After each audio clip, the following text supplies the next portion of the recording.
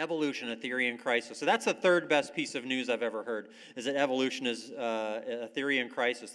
The first, of course, was the gospel. That's the best news I've ever heard. The second one was, so when my wife Keisha said, "I do," and I was like, "Phew." So this is the third best news I've ever heard. I want to welcome Dr. Thomas Woodward.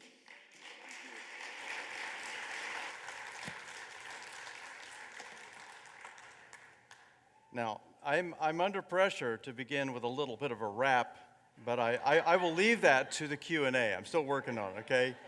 So what I want to do today and what we're going to just launch into is kind of a quick, it's almost like going up to Epcot.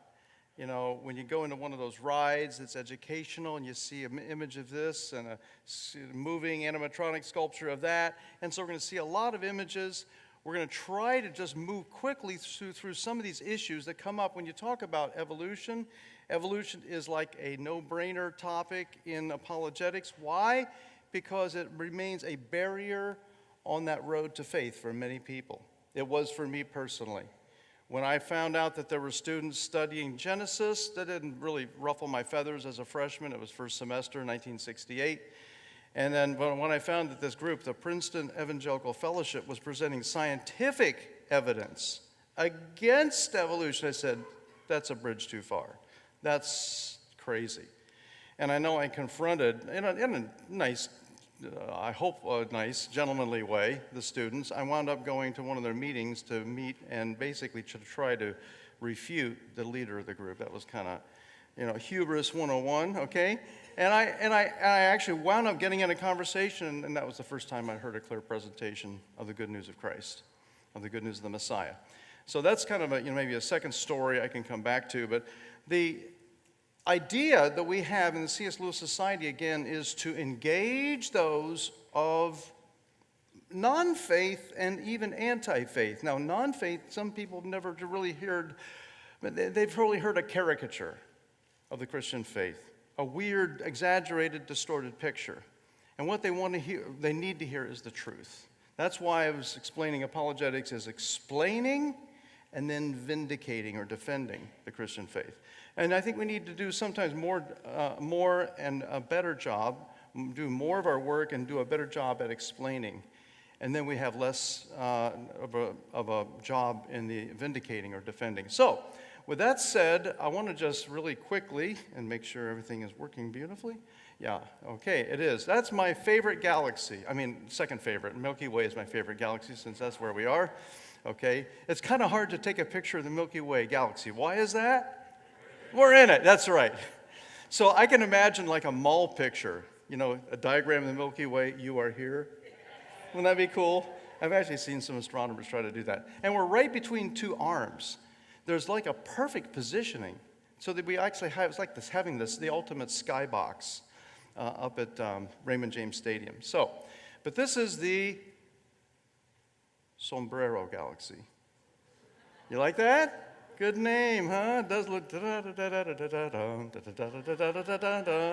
Okay, so why does the Sombrero Galaxy fascinate us? It's beautiful.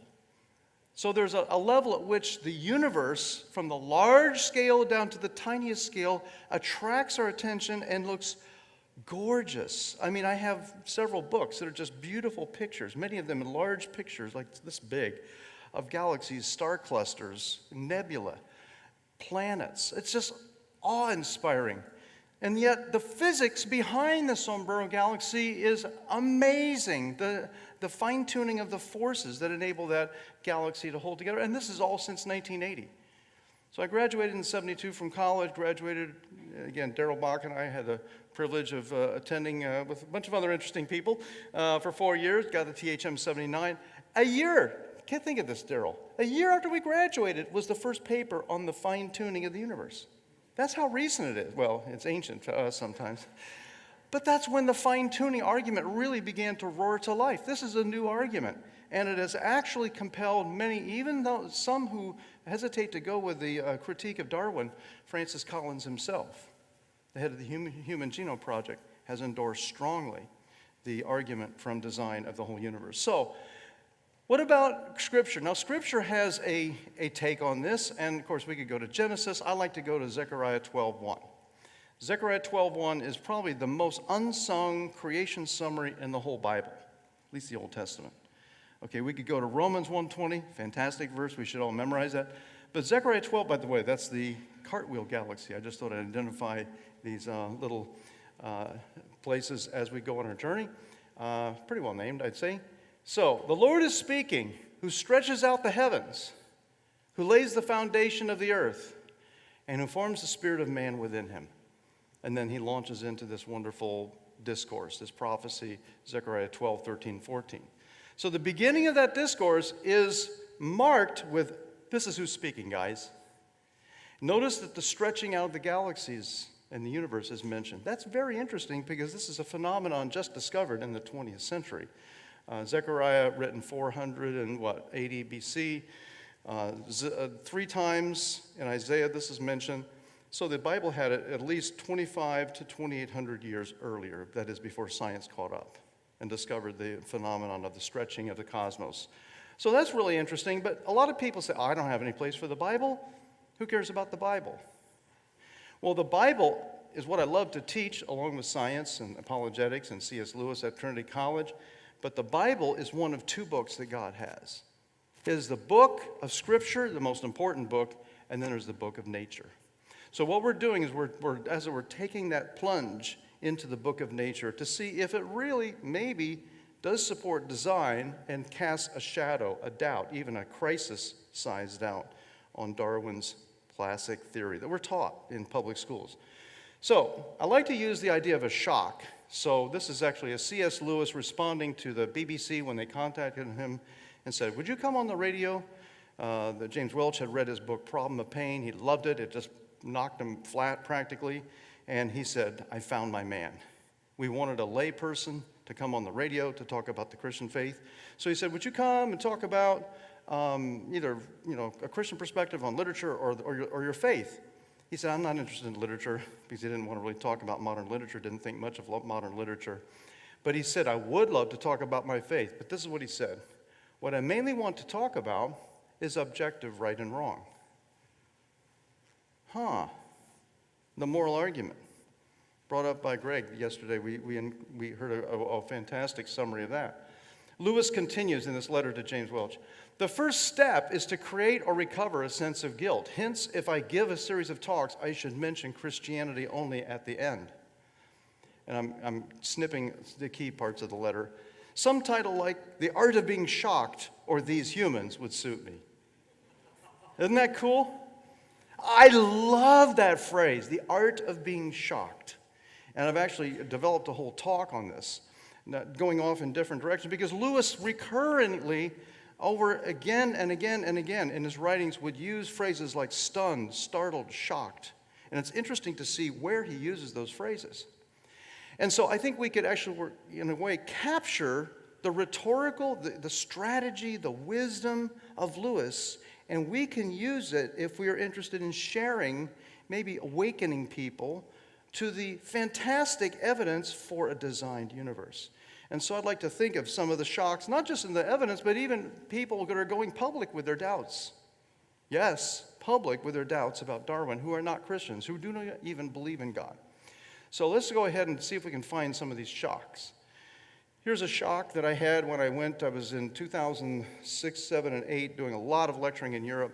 And in Kharkov, Ukraine, I went to the Culinary Institute of Kharkov.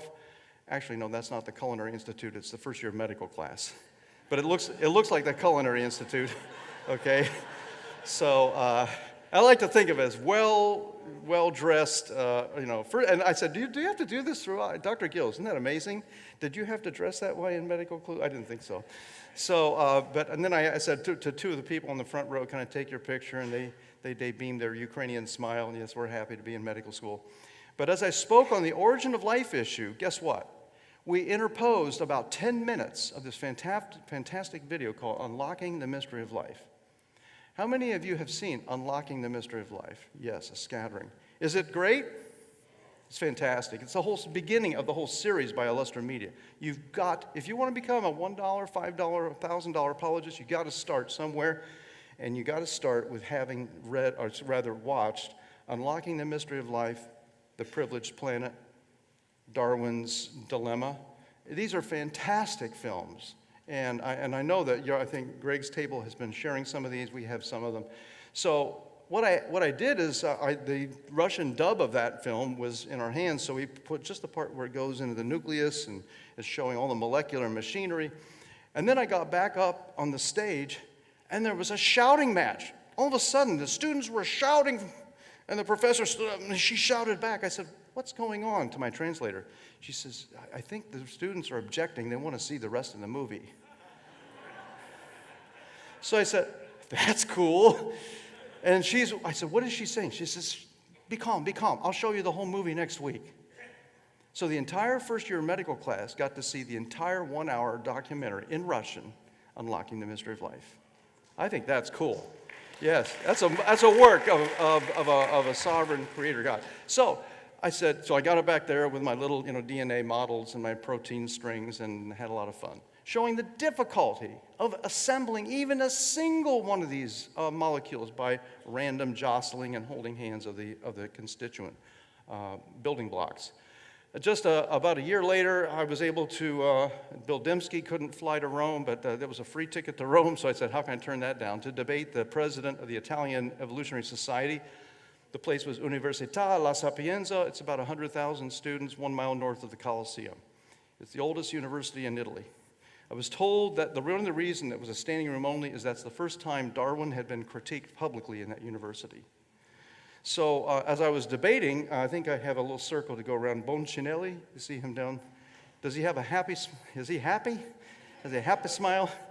He's glum. Why? He had not done his homework. He had done virtually no study of the intelligent design writings, Michael Behe. The entire thing was off the radar chart. He was just criticizing Genesis. But I wasn't referring to Genesis. I kept saying, boy, you really are interested in the Bible, aren't you? And so let's get back to the science. And I just said, what do we do with these molecular machines? And we just had far too much fun. And then the students, we had about 20 students that went to dinner with us. And they said, we've never heard this. And the guy that invited me, he said, I've heard it. That's why I brought you over. And so I said, tell them a little bit more, Dr. Woodward. So that was lots of fun. And then again, the shocks are coming right and left. I have another one. This is Thomas Nagel. If you haven't heard of him, you might even just lift him up in prayer. He's under persecution. He's an atheist. He just retired about 10 years ago. I think he's in his maybe late 70s or so. And so he began to research evidence for the design of the universe and life. And that's a dangerous thing to do if you're an atheist. Like, do not go. Do not open this little bottle of pills. So his book, published by Oxford Press, had this subtitle. Are you ready for it? Why the materialist neo-Darwinist conception of nature is almost certainly false. Whoa, them's fighting words. And so if you want to read a review, I wrote a review and I compared it with the change of mind that George Wald, a famous defender of Darwinism, just before he died, about 10 years before he died, changed his mind and said mind must precede matter.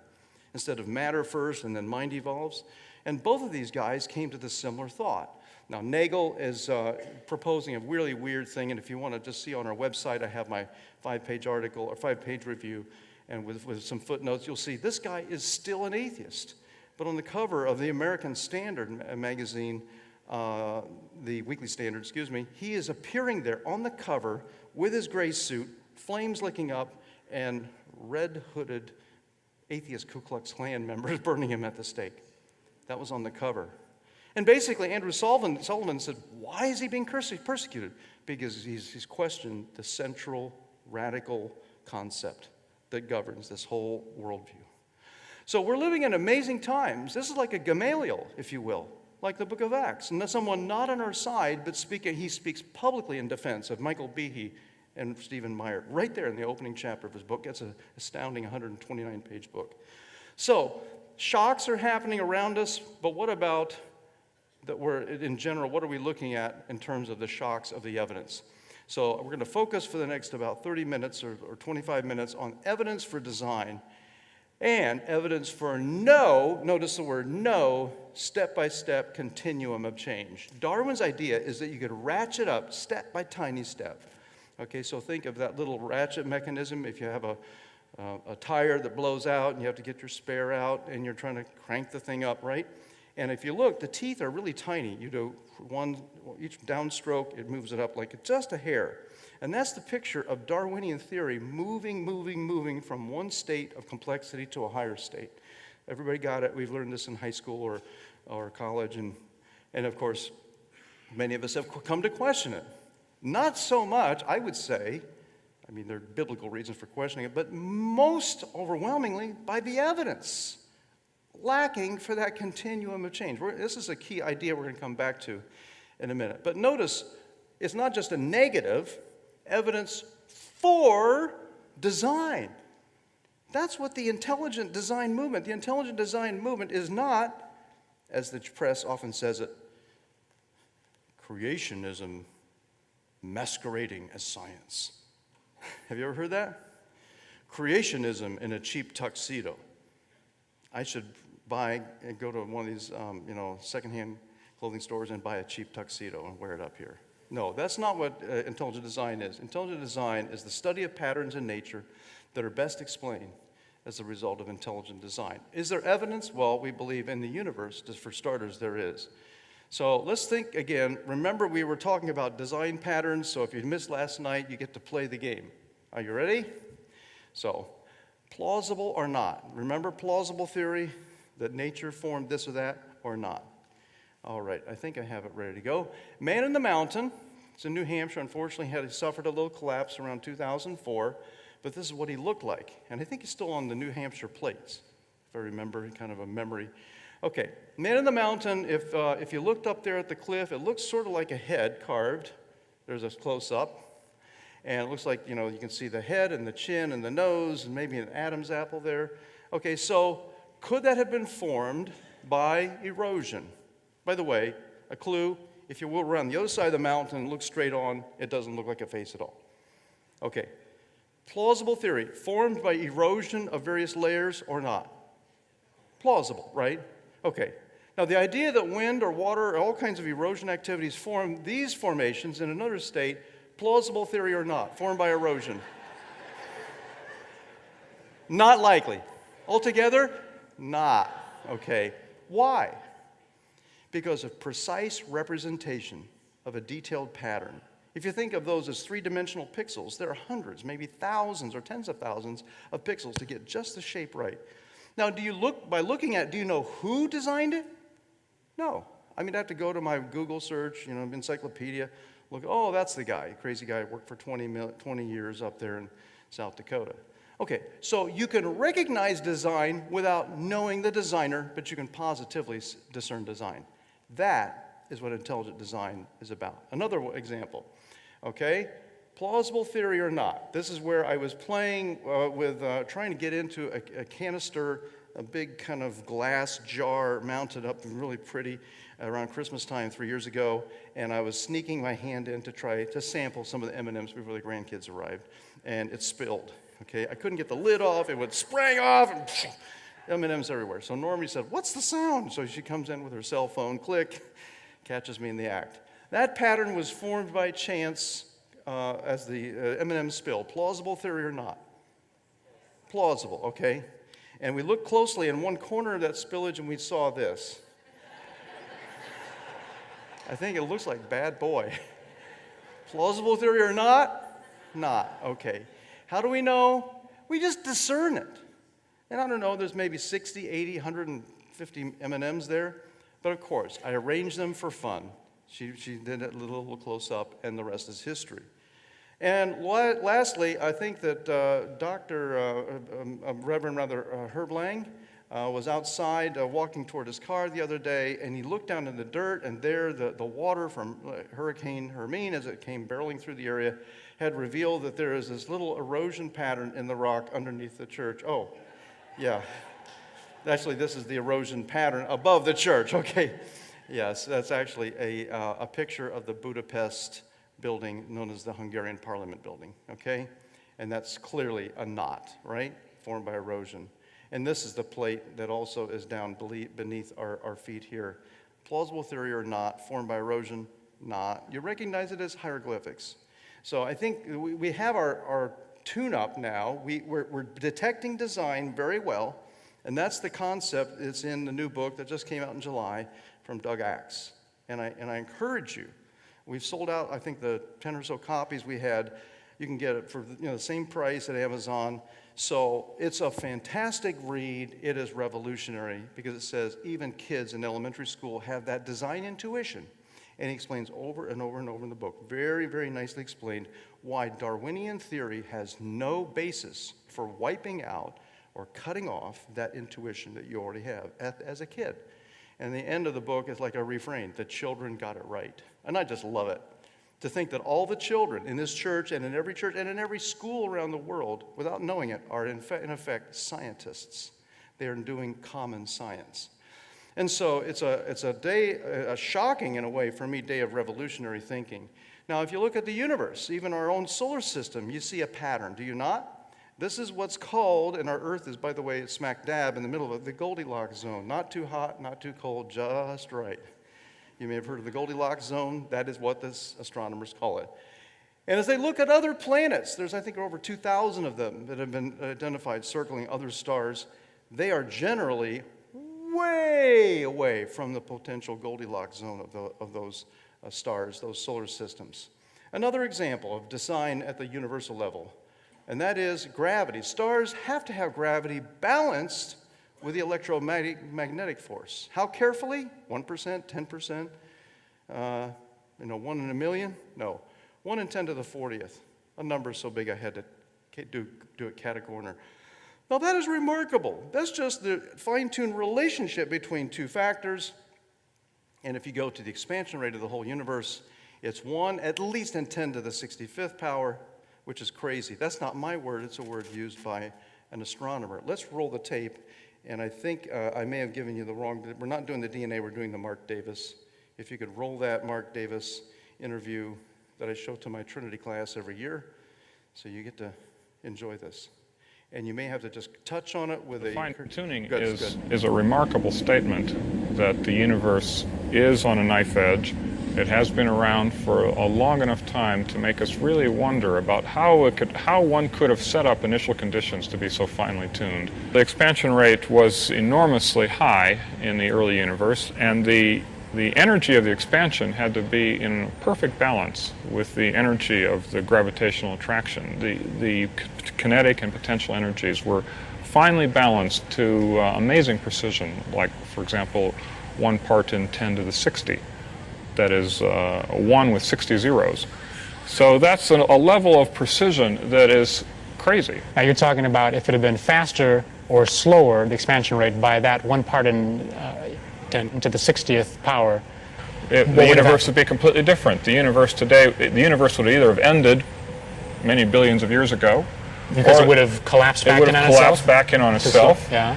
Or instead, the universe would be in free expansion today, and the balance between the mass in the universe versus the critical value of the mass in the universe would be off by factors of billions. So on the one side, galaxies never could have formed because they would have been the whole universe was dispersing too quickly. On the other side, galaxies never could have formed because they would have crunched back in on itself before it got to that stage. Well, certainly life would never form. Everything would be happen so quickly that it would be all over in an incredibly short time. So the universe is an amazingly fine-tuned environment, and physicists are very keen to understand how it came to be this way. Okay, so this expansion rate is called by this astronomer crazy. That's his word. He's just being honest. And so we should, I think, agree. I can second that motion. And it draws your attention and asks you, why is it just that perfect? And now it's up to 1 out of 10 to the, are you ready for this? 240th power. So add another 180 zeros. That is astounding. I'd say that's a billion, zillion, zillion, gajillion times crazy, right? So, Hoyle, researching the weird properties of a carbon atom, something called the resonance level. You can Google that if you want to know what resonance level is. He says the sense of fine-tuning was so clear to him as not a Christian. He was originally an atheist. I think he turned pantheist near the end of his life. He says this, a common sense interpretation of the data, notice, of the data, suggests that a super intellect has monkeyed with physics as well as with chemistry and biology. In that same quote, if you follow it down, the end of the paragraph, he says, there are no blind forces in nature worth talking about. That, again, is almost like crazy that he saw that so clearly. So, what about biology? Dr. Gills and I had so much fun as we were working on our epigenetics book, and I didn't realize until he brought it to my attention, and then I did my own catch-up homework, that these DNA molecules are wrapped around take about 6 of these, and they make a circumference. They are twice wrapped around these spools. But the spools are not just storage devices. Those spools are actually software signaling systems that have little tails, and the tails are movable. It's like having a signal tower, but the tower can collapse against the DNA and act like a locking device also. God is a very good steward of the matter that he creates. And they can open up and then act as signaling devices to have the right molecules come in and work with the DNA. This is a level of complexity that is, remember the word that astronomer used? Crazy. Crazy. It's startling. It draws your attention. It's like the burning bush, right? God has these aha moments. I think God has planted many of the burning bushes right there in the Bible, of course, but they're right there in nature. They're right there being discovered by science. Denton was one of the earliest. Again, an agnostic when he wrote the book. I've heard he's become some kind of deist. I'm not sure, Aristotelian deist, whatever that means. But in his new book, by the way, he just came out with a new version of this book just 6 months ago, a 30th anniversary version. He added one word to the title. It's Evolution, Still a Theory in Crisis. I think that's kind of funny. But his original conclusion after analyzing 12 lines of evidence was this. And again, an agnostic who is basically shredding the theory of macroevolution. Darwinian theory of evolution is neither more nor less than the great cosmogenic myth of the 20th century. What he means by that is the creation myth. Now, one of the things I like to ask my evolutionary friends is, how do you maintain such faith in the teeth of hostile evidence? When the evidence is flowing in one direction, you would think that you would follow the evidence. But I don't have any way to manage the leaps of evidence, and you've heard that phrase before. Now, the atheist reacts strongly. Of course, Richard Dawkins has a rejoinder. He has a rejoinder for everything that we say, I think. And he says at this point, biology, of course, is the study of complicated things that give the appearance of having been designed for a purpose, but that's all exactly what he says. It's just an appearance. It's actually all explained by mutation and selection. So this is an illusion, and random mutations and natural selection are really doing all the crafting. And at that point, I feel like saying, could you give me just one example where in lab experiments or in the field observations, we've seen mutations cobble together a new gene or a new genetic system of any kind? There isn't. If someone says there is, they need to be helped to see the evidence. Okay, and I like to give 2 examples to show the incapacity mutation. By the way, Darwinian theory I consider in a state of meltdown right now. Right now. Royal Society is holding a major meeting in London in November, and they are pulling together the leading scientists to see about a new path of explaining biology. And they're looking for a new paradigm. Several of the scientists have actually blurted out the word paradigm. You know what paradigm means? A new overarching theory to explain everything. And the old theory, they'd say, oh, clearly, it doesn't work anymore. Well, have your shot. Give it your best shot to see if nature can do this. I've seen in my own experience, I get text messages that are coming really not directly from Normandy, but they're a voice turned to text. You know, these little smartphones are not so smart sometimes, and they scramble the messages. So I like to give this as an example of my favorite text. I've got a whole series of these on a paper on our side of our fridge at home. But this is from Normandy sending me a text a couple years back. This is part 1. Anyway, meaning you are maybe on vibrate from your meeting. I'm coming home from Sam. Yes, I'm getting very. I was just wondering if you're at home, download on the. I only got it or not. At this point, I'm thinking, I got some idea of what she's saying, but I don't think I'm getting the whole picture. And again, that's what mutations are. They take one bit of data and they scramble it, they mix it, they change point mutations, changes a single letter in the DNA chain. So I'm thinking, I think we have a mutated voicemail that didn't get transcribed properly. But she's just getting warmed up. Are you ready for part 2? Okay. I left the baby dog out, and she told me you were going to go home. There. So I thought you could be out of, Moro, okay, 5. At this point, I'm a little bit muddied in my understanding, okay? But I got entertained that our baby dog can now talk, okay? That's what happens to DNA when it gets mutated. And that's what Doug Axe, the author of this new book, Undeniable, his specialty is mapping exactly what mutations can and, most importantly, cannot do. If you just read any of those little, he has like in this chapter and maybe 3 chapters, a sliver of an experiment he did for 2 years. It's mind-boggling and exciting. It's incredible what he's finding. And now he's sharing it at a level that we can all understand it. So DNA, again, is part of the big story. Another way to test this, say, oh, mutations are doing everything just fine. This is a quote from an Oxford Press book, not too far back published. There are presently no detailed Darwinian accounts of the evolution of any, notice the word any, biochemical or cellular system. Only a variety of wishful speculations, says Professor out in Colorado, Franklin Harold, in his book, The Ways of a Cell, Oxford Press. Now, I think we should make a T-shirt with that on it.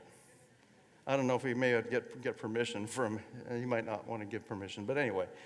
Maybe we can make a T-shirt that has kind of like a digital thing that changes every 5 minutes. That would be really high tech, wouldn't it? And then this quote, that way we're not taking, and we're just, okay. PowerPoint T-shirts, a new idea in technology. Okay, so the key thing, and I'm just going to close with this in the next 7 minutes, okay? The abrupt fossil patterns are what are the most shocking to me and the most clearly against Darwinian theory. That bat was dug up from the quarry in Wyoming when I was about in the middle of my junior year in high school. So it was about 1966. That, what they call Eocene bat, is dated 50 million years back, and I'm just using their dates. I'm not saying anything pro or con about the dating of these different levels. But that Eocene bat was a shocker to paleontologists. Why? It was the earliest full bat fossil, and it's identical to modern bats. So you would expect the earliest bat to be like proto, evolving, like, I'm phasing in. So instead of, you have nothing, boop, modern bat. And then after that, does it change? Well, no, because it's the same structure as here today. I mean, you have a variety through the years of bat fossils. I'll give you another example. This is one of the earliest fossils of this kind of plant, and it is called a fern, obviously. Why do the earliest fern fossils look so modern and normal? I could give you 100 examples. Let me give you one more. You recognize that kind of critter? It's a spider. Yeah, it's a water spider. One of the earliest water spiders ever spotted in the fossil record. It looks like some of the species, running around the jungles in Latin America today. So what were we saying then? The number one fossil pattern, and this was actually brought out in the 1970s by Stephen Jay Gould of Harvard, wrote many, many articles defending Darwinian theory and coming up with a new explanation, is this. The dominant pattern is this. An animal appears abruptly, and they have a name for that, abrupt appearance. I think that's a pretty good name for an animal appearing abruptly. And then after that, do you think they change a lot? No, they don't change. They enter a pattern. I call it the stuck in the rut pattern, or stasis. That's the technical word. So what do we mean by that? That means if you follow the hypothetical tree, and I call this hypothetical or theoretical tree, you have a branching point, the common ancestry, they call that the node, that little Y down at the bottom. And then you have this continually tiny changes, and then you have the dots. So do we have evidence of those changes? No. Do we have evidence at the tips? Yes. The rest is inference. Now, I could go into more examples of the whole fossil record, but let me just go zooming down to the bottom where we see the Cambrian animals. And there's a whole film, Illustra Media has this film, Darwin's Dilemma, and then the book, Steve Meyer's book, is called Darwin's Doubt. So if you're writing notes, put down Darwin's Doubt. That's Meyer's book. I think we've sold out, but you can get it on Amazon. And then Darwin's Dilemma, I think that we may have a couple more. It's a fantastic, little bit over 1 hour film. It tells you the whole story of everything. With animated, these creatures that don't exist anymore are all animated. Don't you love animated creatures that are extinct? I like them, okay. So So this up in the Burgess Shale in Canada, Alberta, Canada, way about the 7,000 foot level, they found the most incredible cache of fossils dug up during World War I, but then analyzed only in the 1980s, 70s, but mostly in the 1980s. And this is an extinct slug, armored slug, with little knives projecting out of it, about 3 inches long. It appears suddenly, and then enters that period of no change, and that's called stasis. Very good. All right, you're fast learners. And then you see in this tier we have the upper Permian at the top, the Cambrian at the bottom. In the middle we have the pickle and cheese, all beef patty and special sauce layers. This is the Big Mac version of the fossil record. And notice down at the bottom, that's the lowest layer that has complex fossils, and that's where Darwin himself knew that in that area, that general part of the rock record, we have trilobites, brittle stars, ammonites. He said, I have no answer. I can give no explanation. This is a mystery. This is a dilemma. That's why, and he even used the word, I have doubt in this one area about my theory, because we don't see gradually changing predecessors. And then since then, we've found animals like this, the Opabinia, with 5 eyes on its head, a little kind of mouth that looks more like an elephant tusk in front of it, little Piper cub tail, and I tell my students, this animal is so ugly, only its mother could love it. And so this animal appears abruptly, and then guess what? Falls into that rut of no change and goes extinct.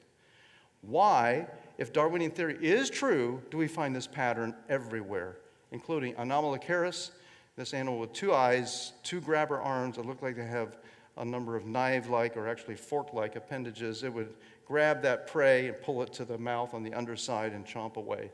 This animal could grow to 7 feet in length. Okay, and the Anomalocaris appears abruptly, and then he doesn't change and goes extinct. Not very Darwinian. So the world is learning about this, but Stephen Meyer has said, sometimes they'll say, we do have animals below. They're these weird feather-like or frisbee-like creatures. And Steve Meyer says, that's just another explosion. These animals are not linked to the Cambrian animals, and then they go extinct. They appear and go extinct just as fast. They're weird, weird, weird, but they do not solve the Cambrian mystery. So see Steve Meyer on the details. He's even said that's just part of the story. What we have is a DNA explosion, because the Cambrian animals need about 120 million letters. They need a 120 megabyte hard drive to run their little critter animals and all the biochemistry. I'd say that's pretty cool, because random throw of dice, trying to form just 20 letters would be astronomical. Try 120 million letters lined up. Again, I don't think the atheist has any kind of advantage or leg up in this discussion. So before the trilobite exists, you need that 120 meg hard drive to run the trilobite. That's what's really exploding. And so I'm going to show you one of the examples that was in the Cambrian animals, and that's the building of a microtubule. It's like the interstate highway system, and these little tiny proteins, these are motorized proteins, aren't they cute? They're called kinesins. And they run up and down those fibers, and they literally carry on their back those huge loads, those globular building material blimps, as it were. And these these little creatures are deployed on all animals, including those trilobites, because they do the job of bringing building materials to the exterior of a cell. Isn't that amazing? We are fearfully and wonderfully made. My wife once said, I think I feel a tickling down there. Maybe I'm feeling the activity of those kinesin. And maybe that's part of feeling tired in the morning. My kinesins have been working all night long. So, but seriously, biology is the most compelling evidence of design, and I'd say it's because we see everywhere staggering complexity. We see this at all levels. Including, I would say, the machines in the cell down to the DNA digital code. Again, digital information, a 4-letter alphabet. We have just in one cell, 3.1 billion letters of DNA. And I did the calculation, and you know what, David? 150 million of these models would be required for just the DNA in one cell. That's a lot of DNA. And then multiply times the 60 trillion cells, and you have a really big number. That's how much DNA is in your whole body. And since they have the white deoxyribose, 6 billion sugar deoxyribose sugars, you are very sweet people. Okay, yeah, I had to say that. So, and of course, the whole picture of DNA is actually more complicated because recently discovered the packing, the three-dimensional packing arrangement of DNA within the nucleus adds another level of information. And then we see even the little signal systems. I mentioned that they're little chemical codes that attach themselves to those spools where the DNA is wound up. And I'll just close, but the complex nanomachines, those DNAs, form RNAs, and the RNAs build proteins, and those proteins make nanomachines. And in Michael Behe's story, life story of writing this book, this incredible book, is now coming out in the form of a movie. And I talked with Herb Lang just in the last 24 hours, discussed this very briefly with David and Nicole. I'll get the information to you. But Discovery Institute is willing, as we're showing the new revolutionary movie. It's never been shown. It's not even coming out for another month. But if we can work out the details to show that movie, Discovery Institute told me this week that they would fly, at their expense, they would fly Michael Behe down to be here in Tampa Bay. All those in favor say aye. Aye. Opposed? I think it's unanimous. Okay, so I want to get to work. And again, I'm not saying that, I'm not 100%, I can't declare it official, but we're working on having that as kind of maybe a follow-on. We would organize it. The church would provide the venue. But if you're excited, I'm excited, because then we could see the incredible story. And a German paleontologist has just gone public, who in 2009 read Behe's book. A little bit late, it's been out about 13 years at that point, and he's now changed his mind. He no longer is the bastion of Darwinism at this major German university. He is now quietly espousing the theory of intelligent design. Gunther Beckley is his name. He's gone public in this film. So I want to thank you for being a great audience. We all are excited to see what God is going to do. I want to thank my colleagues that spoke here, and back to you, David. Thank you.